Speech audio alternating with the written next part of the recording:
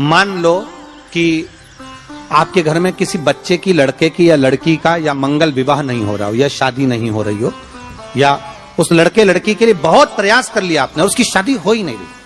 जितने लोग भी कथा सुन रहे हो बहुत ध्यान देना,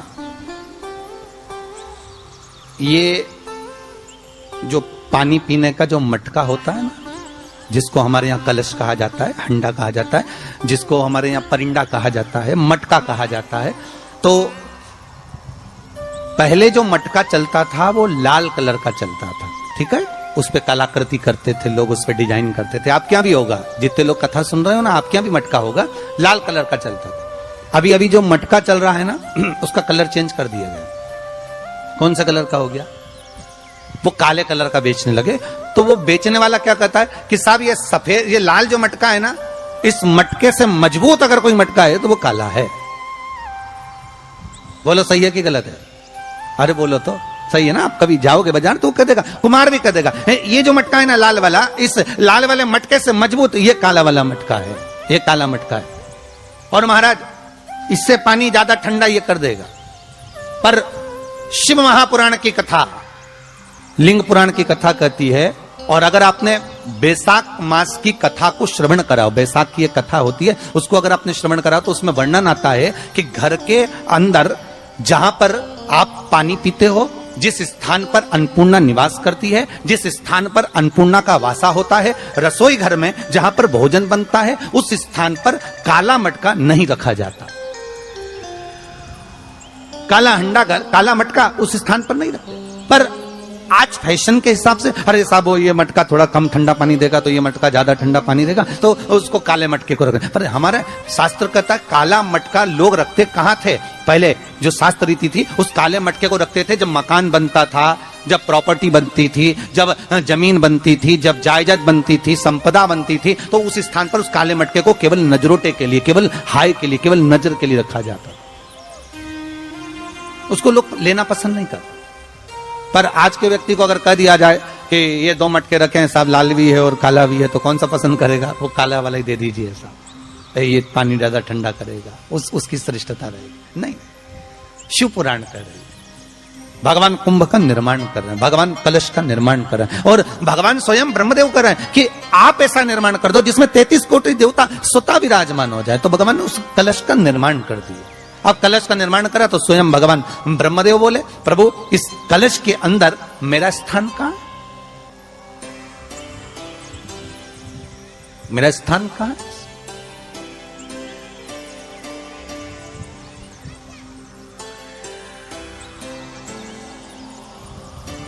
बहुत ध्यान देना महाराज, कलश का जो मुख होता है, उस मुख पर भगवान विष्णु का स्थान होता है।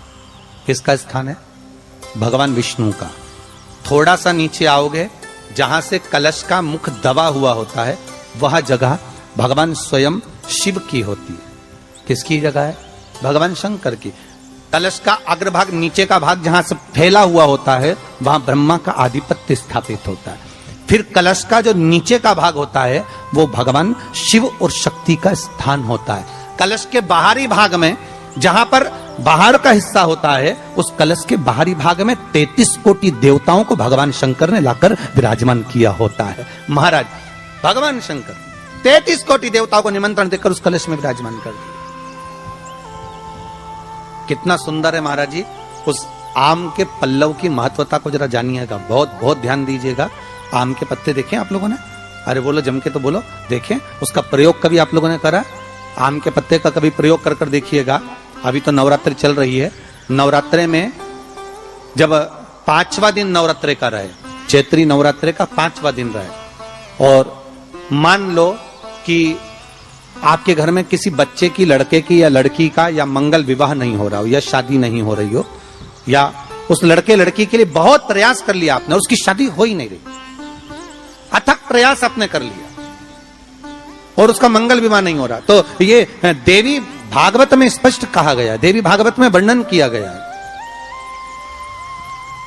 देवी भागवत में वर्णित किया गया।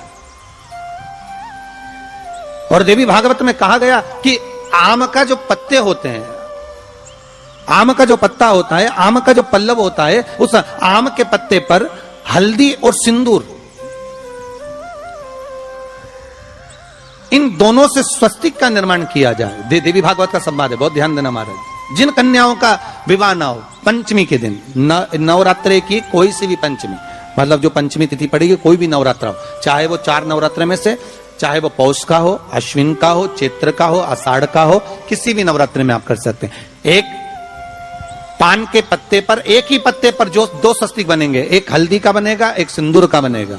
बस अंतर इतना है, जो हल्दी का स्वस्तिक है उस पर कंकु के चावल अर्थात रौली के चावल, रौली कुंकू के चावल रखना है, और जो सिंदूर का है उस पे हल्दी के चावल रखना है। इतना रखकर जिस लड़का लड़की का विवाह नहीं होता उसकी हथेली पर रखकर उसका नाम और गोत्र बोलकर महाराज उसको ले जाकर नीम के पेड़ के नीचे उसको रख दिया जाता है। मात्र 3.5 या 4 महीने ऐसे रहते हैं जिसके अंदर उस लड़का लड़की का विवाह पक्का हो जाता है। जिसका विवाह नहीं होता केवल उसी के लिए, जिसका मंगल विवाह ना हो रहा। आम के पल्लव में शिव का वर प्रदान है, आम के पल्लव में शंकर का आशीर्वाद, आम के पल्लव में शिव का।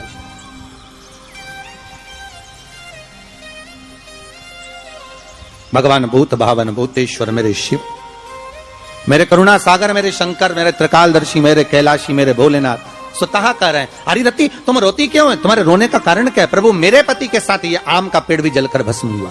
आम का पेड़। भागवत जी किस किसने सुनी है? हाथ उठाओ जरा, जिन जिन ने भागवत जी सुनी है। आप लोगों ने सुनी है भागवत? रखिए हाथ। अगर आप लोगों ने भागवत सुनी होगी तो उसमें वर्णन आता है, तक्षक नाग डसने के लिए जब जा रहा था तब ब्राह्मण देवता जो जहर उतारना जानते थे उनको लेकर राजा परीक्षित के पुत्रों ने अपने दूतों को भेजा था लाने के लिए कि एक ब्राह्मण ऐसे हैं कि वो तक्षक नाग का जहर उतार सकते हैं, वो तक्षक नाग के जहर को समाप्त कर सकते हैं, तो आप उनको लेकर आओ।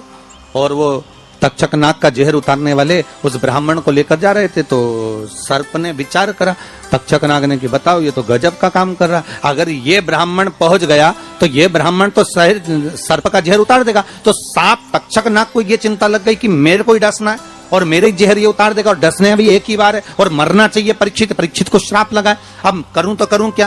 तो सर्प ने विचार करा कि मैं एक रूप रख कर जाता हूं और इस ब्राह्मण की परीक्षा लेता हूं।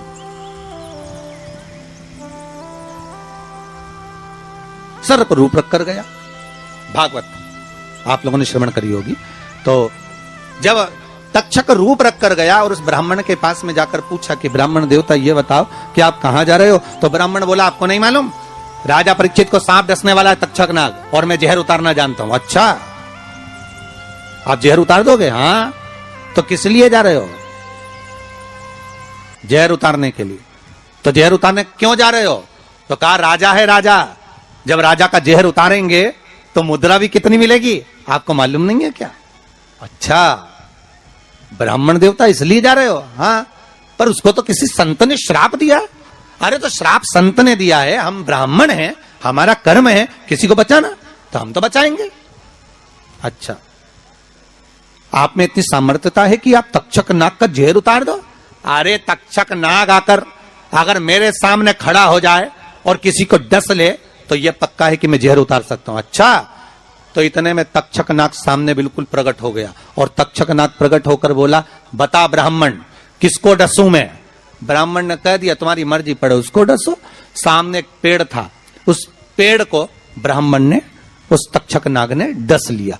अब तक्षक नाग ने उस पेड़ को डसा और डसने के बाद में वो पेड़ पूरा जल गया, पूरा जल गया।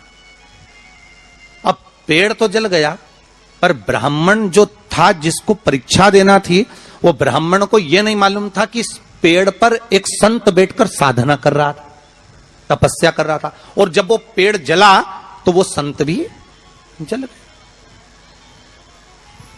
संत भी जल गया।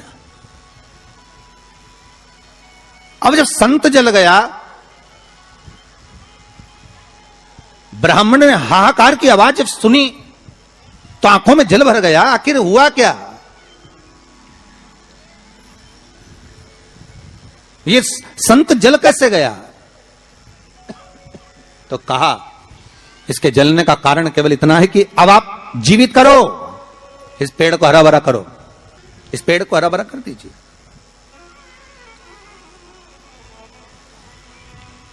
और ब्राह्मण ने हाथ की अंजलि में जल लिया।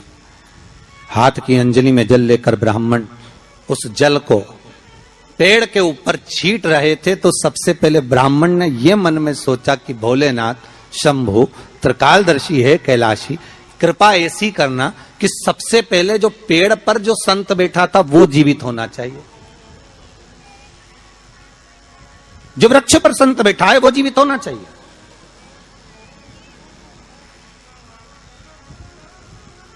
हाथ का जल ब्राह्मण ने जैसे ही छोड़ा, छोड़ते से ही पेड़ भी हरा भरा हो गया और उसके ऊपर जो संत बैठे थे वो भी जीवित हो गए। जीवित हो गए तो तक्षक नाग को ये लगा कि इसने एक जले हुए पेड़ को जीवित कर दिया, वापिस हरा भरा कर दिया, और इसने ऊपर बैठे हुए संत को वापिस जीवित कर दिया, तो ये पक्का है कि मतलब ये तक्षक नाग का जहर, मतलब मेरा जहर राजा परीक्षित को उतार सकता है। तो तक्षक नाग ने अपनी बात को पलटा और पलट कर कहा, महाराज जी हाथ जोड़कर निवेदन करता हूं, जितना राजा परीक्षित के पुत्र आपको धन देंगे उससे 1000 गुना धन मैं आपको देता हूं। ब्राह्मण ने कहा ठीक है, अगर दक्षिणा से बड़ी दक्षिणा हमको एक ही जगह पर मिल रही है तो फिर हमें जाने की जरूरत क्या। ब्राह्मण ने दक्षिणा ली, वापिस मुड़ गया, वापिस मुड़ गया।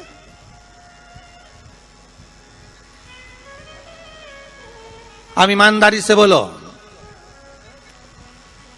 वो ब्राह्मण नरक गया होगा कि स्वर्ग गया होगा? जरा जम के बोलना हो, सुनाई देना चाहिए हमको। कहां गया होगा? नरक। काय में लिखा है? देवी भागवत में।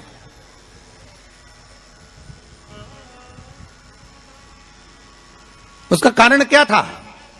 शिव महापुराण की कथा कहती है जैसे एक नाव चलाने वाला व्यक्ति नाव लेकर जा रहा है और उसमें बहुत सारे यात्री बैठे हैं, बहुत सारे यात्री, और नाव डोलने लगी, आंधी चलने लगी, तूफान चलने लगा, हवा आने लगी, लहरें उठने लगी और नाव डूबने लगी। तो जो नाव में बैठा हुआ नाव चला रहा था वो कूद गया और कूद कर बाहर निकल गया, और निकलकर सारे के सारे जितने नाव में बैठे थे वो सब जलने लगे। जितने नाव के अंदर बैठे थे वो सारे के सारे जलने लगे।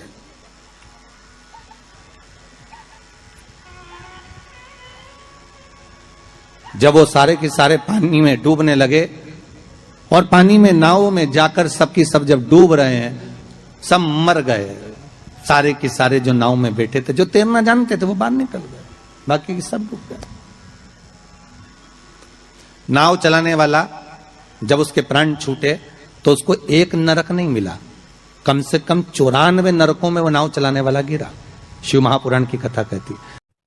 इस वीडियो को एक लाइक जरूर करें और अपने मित्रों के साथ भी इसे साझा करें ताकि उन्हें भी ये जानकारी मिल सके, और साथ ही चैनल को सब्सक्राइब करना ना भूलें।